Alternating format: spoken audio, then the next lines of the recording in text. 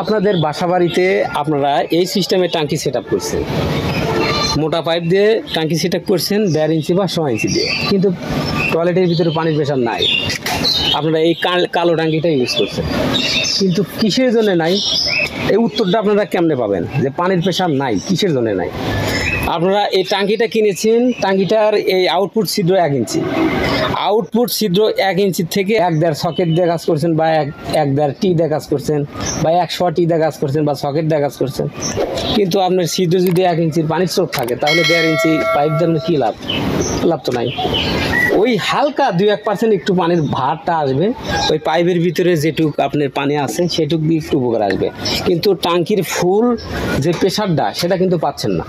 তো এটা আপনার সমাধান করার জন্য একটাই বুদ্ধি, এই আপনার টাঙ্কির ছিদ্রটা নয় 1.5 ইঞ্চি করতে হবে, নয় 6 ইঞ্চি করতে হবে। এই ছিদ্রের সাথে টাঙ্কি সিটিং লাগিয়ে আপনার পানির এই 1.5 পাইপের সাথে আপনার ফিটিং করতে হবে, তাহলে আপনার বাসা বাড়িতে পানির প্রেশার হবে অনেক।